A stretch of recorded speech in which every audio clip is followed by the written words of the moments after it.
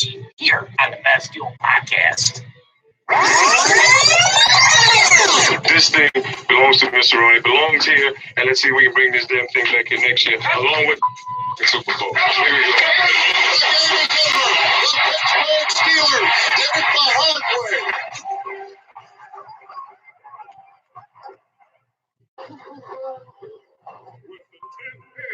In the 2018 NFL Draft, the Pittsburgh Steelers select Devin Bush, linebacker,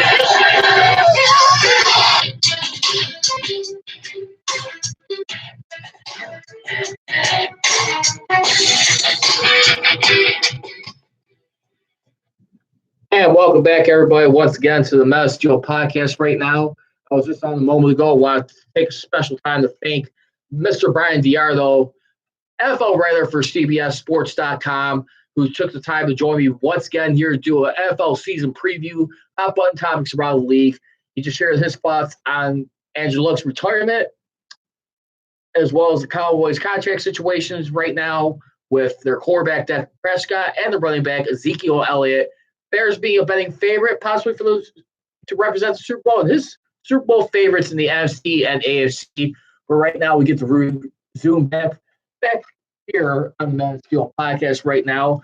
We're talking Steelers right now. They're going into week number 5 right now, their fourth and final opponent of the preseason, as they'll be taking on the Panthers tomorrow, as we got that game happening at that point in time. That should be on NFL Network from what I was told, as well as on KDKA in Pittsburgh on TV.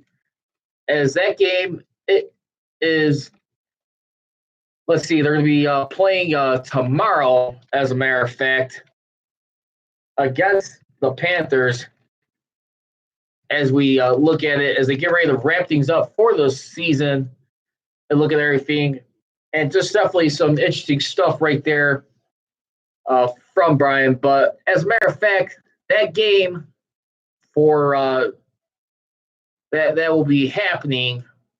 As a matter of fact, Steelers and Panthers, as a matter of fact, that will be kicking off tomorrow at 6 p.m. in Carolina.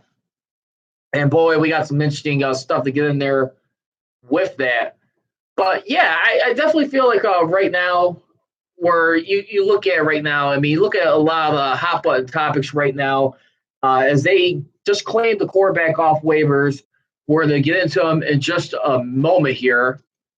But also, too, I mean, the biggest thing, once again, that reared its ugly head once again, Ben Roethlisberger, who was being interviewed. It was a replay interview during the game against the Titans where he was asked about how everything ended up with Antonio Brown, and he just felt bad that the way he called him out, it ruined up a friendship. But as a matter of fact, right now, the game plan for tomorrow's game, Mike Tomlin, he's going to be he's saying Ben Roethlisberger definitely will not play on Thursday, but which quarterback starts in the order that has not been determined yet. According to Mason Rudolph, he said on Tuesday's post-practice that it will be Joshua Dobbs starting, and then it will be him and Devlin Hodges will also play throughout that night. I'm not sure about what order that is. But, I mean, when you really look at Joshua Dobbs, who I think has got a little bit more to play for on the line right now when you look at it. And definitely the guy who unseated Landry Jones last year for the backup position behind Ben Roethlisberger. And you look at the job that Mason Rudolph has been doing. I mean, they got a lot of first-round grades on this guy when you look at it, and definitely see a lot in this guy's future, what he could bring to the team as far as everything. And like I said, he's got 107 QB ratings so far throughout all this when you look at it. And I anticipated him being that number 2 guy when that time comes. I really do feel that he is going to be backing up Ben this year. He has a crazy, what's his bed in this game and throws turnovers in the red zone or whatever, or just not controlling the ball real good. I really believe right now Rudolph has definitely done enough so far. I think the only thing that has really hurt Joshua Dobbs, like I said, he has not thrown any touchdowns yet. He's led a few touchdown drives, but he has not thrown for a touchdown pass.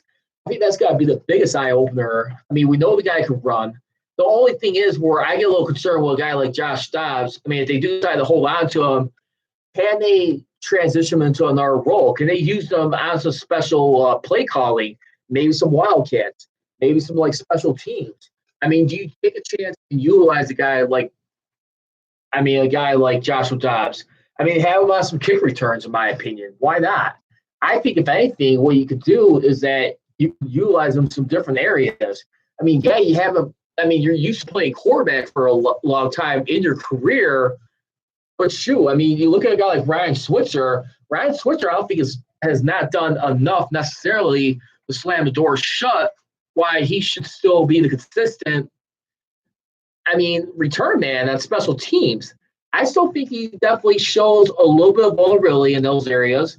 I mean, he has to do some returns, but at some point, you want to see some taken back to the house.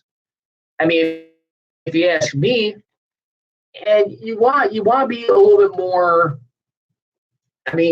Just a game changer. I mean, they like his work ethic. They like how he does as a player and the chemistry. I mean, Ben Roethlisberger even told him when he came on here. I don't know if anyone was remembering earlier, like a few months ago. I think it was like around April or May. He was having like an interview done by someone, and he said like one of the first things like Ben Roethlisberger pulled him to the side. It was against game against Jaguars where he said, you know what, I really feel like you're going to be a key difference maker, a key contributor to this team right here. And it's a pleasure having you on. That's how much he meant to him. I mean, as far as everything, and you look at like how much he's felt the love from Ben Roethlisberger and trying to bring that to his teammates. What kind of a stand-up guy he feels like he's had so far. I mean, yeah, it's been some tough love with the guy. I mean, at this time, no doubt. But at the same time, you remind yourself too, despite the mess, like I said, let's get back into it with Antonio Brown. I mean, Antonio Brown feels like he hasn't even acknowledged anyone from his family or when it comes to like personal relationships. And it's definitely time to let go. I just, if I'm Ben Roethlisberger, give another question to answer like that, I'd be refusing to answer at this point in time. Listen, I mean, it's time to move forward. I mean, obviously it's going to come back. I'm sure he'll be continuing to hear this the rest of his life, kind of like Donovan McNabb did with Terrell Owens in Philadelphia. People really look at this time and realize what they had and what broke apart, just like any tandem. I was even doing a comparison too on like one of the shows when I was looking at it here. And when we look at it, and one of the guys that was talking, as a matter of fact, as we speak for yourself with Marcellus Wiley and those guys, when we look at it, as we take a look at everything, Jason Whitlock, Marcellus Wiley, talk about the former Steelers teammates, Antonio Brown, Ben Roethlisberger. One of them was mentioning how they felt like when Kobe Bryant had his situation in his headbutts with Shaquille O'Neal, with Shaq, when they were on the Lakers, when they could have won more championships, he was talking about if Shaq was like, guy, if he would have stayed in shape, like on the level of Kobe, they could probably have more championships together. But the problem was there was a lot of headbutting. Kobe did want to have his own team, and he did like working with the guy, but there were some times where they kind of felt like they were holding each other back a little bit at times. And when Kobe Bryant had his little situation with the woman where there was a rape charge, and remember, a lot of sponsors kind of turned on him. He had to repair his image, so he took on the attitude of a Black Mamba. They feel like with Ben Roethlisberger, the guy who's being criticized right now, because he welcomed this with a grain of salt, and he accepts that, and he's able to show this is how you guys think me. I can't control that, but I am going to play with an attitude. I am going to play like a man who's on a mission right now, and that's what I feel like people need to realize. The only thing is just a little bit of a different level in that regard. At least Kobe Bryant, he was on the top of his game.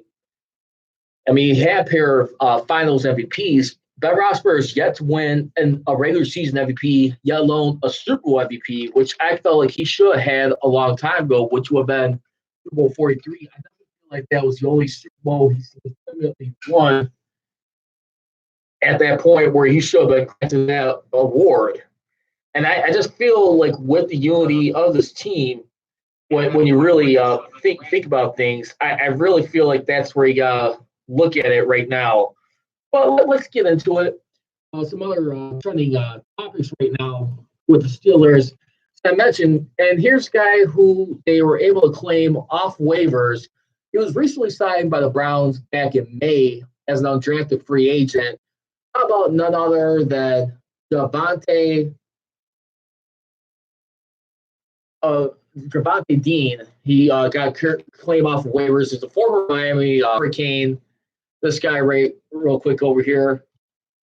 As we look at it, let's take a look at some of his stats right now as he did in college, what he was able to do as we look at him.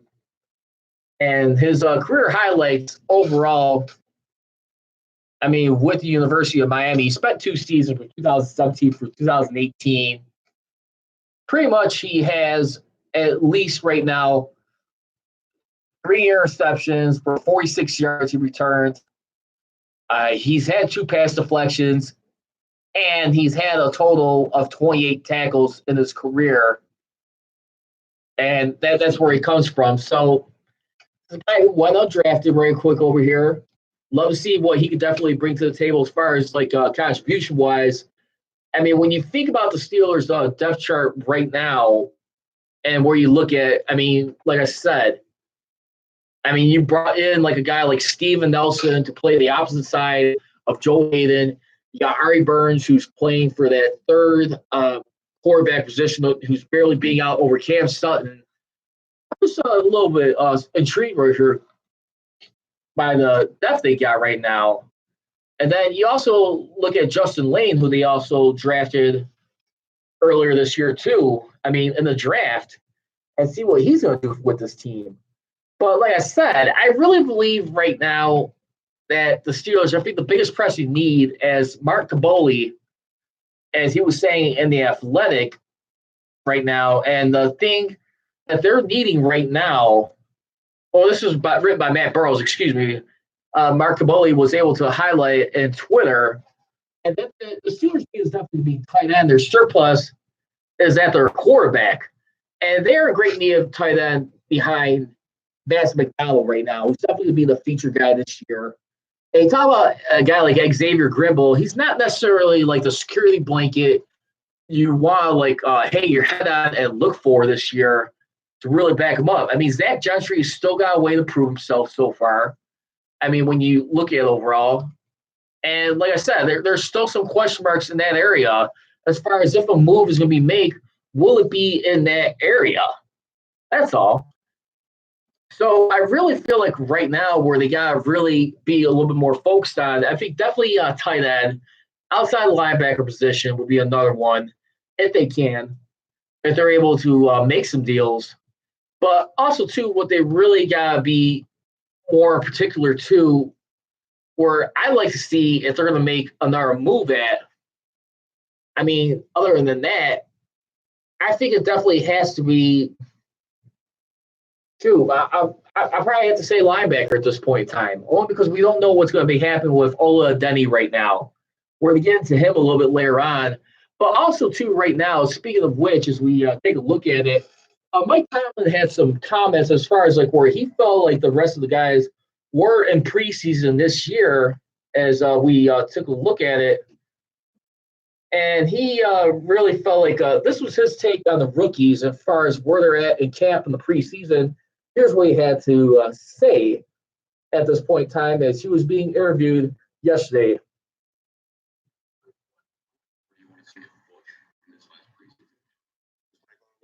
I think, forget the level of productivity. These guys, their journeys, their career opportunity, that they can get prepared and take themselves to the preparation process and then go in the stadium and perform. They got a chance to get better. He's only done it twice, So the more times that they can do that, man, that's just that's just growth and development for them.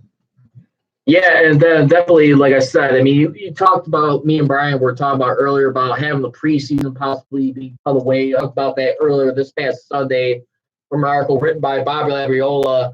And I'm not too sure if I'm ready to go that route where you want to completely eliminate it all together.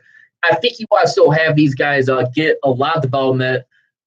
I mean, at the time, these are guys that are trying to come into the pro level when you look at it. But like I said, I mean, right now, we'll see. I mean, let's find out about that right now. But I think at this point in time right now, the Steelers, I mean, at this moment, we're actually trying to do everything we can. I mean, they are trying to develop. They are trying to get a better foundation for what they got right now. And I really believe right now it's definitely all hands on deck when you look at it. I think for right now, what they need to look at is that at this point in time is what are those things we have to continue to identify as far as like, you know, guys trying to get in there. And I think you don't want to necessarily like play for your fears. I mean, at this point in time. But like I said, I think you do want to be a little bit more reliable, dependable as far as everything goes when we look at it. And that's where I feel. And we look at the overall stuff. What makes this team so expendable and the talent they got around them. So let's also take a look at some other stuff here on this opening drive. You also got a pair of backup quarterbacks right now, and Josh Dobbs and Mason Rudolph, who put together impressive preseason, can provide stability in that role for a team in need. I like to see a little bit more out of Devlin Hodge, to be truthfully honest with you. I mean, I really feel like he's been the guy who's been silently making some good strides here at this point in time, who's definitely commanded a lot of attention with this team as far as being a part on here. I mean, I really believe he's the guy right now who's definitely been a good hustler. I mean, throwing for some good yards throughout this preseason. Definitely, you got an army of arms right here. The only thing is still, I mean, if Ben Worthy get hurt, can you honestly say that this team is really ready to pick up some big time slack and still make a deep run without being tripped up along the way? I think that's all we really need to pay attention here. I think other than that, I just feel right now where they look at it, it's just, you got to be careful. You want to definitely go into the season healthy, and you want to have a lot of guys available. I mean, of course, like I said, I just think when you got the preseason happening, and that's why I apologize to everybody right now. We're just having a little bit of connection issues here, so I had to reconnect real quick. So if anyone's lost track of me, I do apologize for that. But just do want to let you know, just hang tight. We are coming up on this point in time with everything here in the podcast. Thank you, everybody, for tuning in. But as we look at it here, I really feel like the key right now, I mean, like I said, I mean, it was great to see Ben Roethlisberger get that third game. I mean, that tune-up. Like I said, I just don't want to be living in my fears. I mean, preseason, I have a much more appreciation for. I mean, when you really think about it and what they do overall, I think, I mean, preseason right there, you want to see, a lot of your bench. You want to see, how guys could be counted on down the road. I mean, and that's what's really all about. I mean, yeah, you're not getting a lot of ratings. I mean, TV-wise, what's regular, but you kind of got a nice, a blueprint of plans being laid out of what to expect. That's all. So let's get ready to wrap things up here on Fair or Foul real quick here. Joe Hayden right now, who's definitely about 90%, as it was being reported on Twitter. And just saying, I mean, he was about 90%. I mean, yesterday, as far as a recovery process wise, but he definitely feels like he'll be 100% to perform at top level against the Patriots when they open up in Foxborough in Gillette Stadium on Sunday Night Football. fair or foul? I'm gonna probably say fair for right now. Give him the benefit of the doubt. Again, the only thing is, I just want to wonder what kind of effective Joe Hayden are we gonna get? I mean, is this going to be a guy? I mean, and the guys around him right there. I think those guys are going to be very vital on that team when you really look at it. I mean, at this point in time, you got to look at guys like a Sean Davis right there. How's he going to be able to do? I mean, definitely want to see how. Also, too, you got Sean Nelson right there. How is he going to play opposite side of Joe Hayden? And of course, you got Mike Hilton overall. I'm just really curious to be I mean, this could be the first time there would be without Gronkowski, too. So you kind of figure it'll be a little bit about even as far as matchup wise. The only thing is just playing in New England, they have not won there since 1997, if I'm not mistaken. That's been a long time having to win there. I mean, when you look at it, and that's an embarrassing thing for the Steelers when you look at it and you think how much they stand a chance. I mean, obviously saw what they did against the Patriots. I mean, last year on the road in New England, but the last time they won in New England was in '97. That's when Bill Cowher was coaching them. That's when they had that 11-5 year. And then they also beat them again in the playoffs in the divisional round and went on to lose the AFC Championship game a week later as they fell short going back to the Super Bowl for Super Bowl 32 that year would have been. So that was definitely right now, I mean, a heartbreaking year, but at the same time, too, that's because to show you how long they played. And he had Drew Bledsoe, and then guess what? The head coach was also Pete Carroll. And this was about 2 years before Bill Belichick came into the picture. Just goes to show you how long that was. So I definitely feel right now you have to be a little bit more ready. You have to be ready for a hostile environment. I mean, with that being said, and we'll see where that goes from there. But I definitely do believe, I mean, this is going to be a team right now who's probably playing with a big lot of confidence, willing to bet on themselves. Look what they did at home against the Patriots when it was a game on the line, season on the line, and they had to shell out, and they held them to 10 points in Pittsburgh, and also with the color rush uniform when you look at it. So that's why I look at it as far as everything in there and what they did. I just feel right now it's definitely going to be a lot more stuff the Jacksonville right now. And then how's Juju Smith-Schuster playing that game too? I mean, is he going to be the guy that helps get him to that level of superiority in New England, which I think is going to be a real interesting fact right there. Also, fair or foul topic number 2, Ola Adeniyi right now. He will begin the season on IR.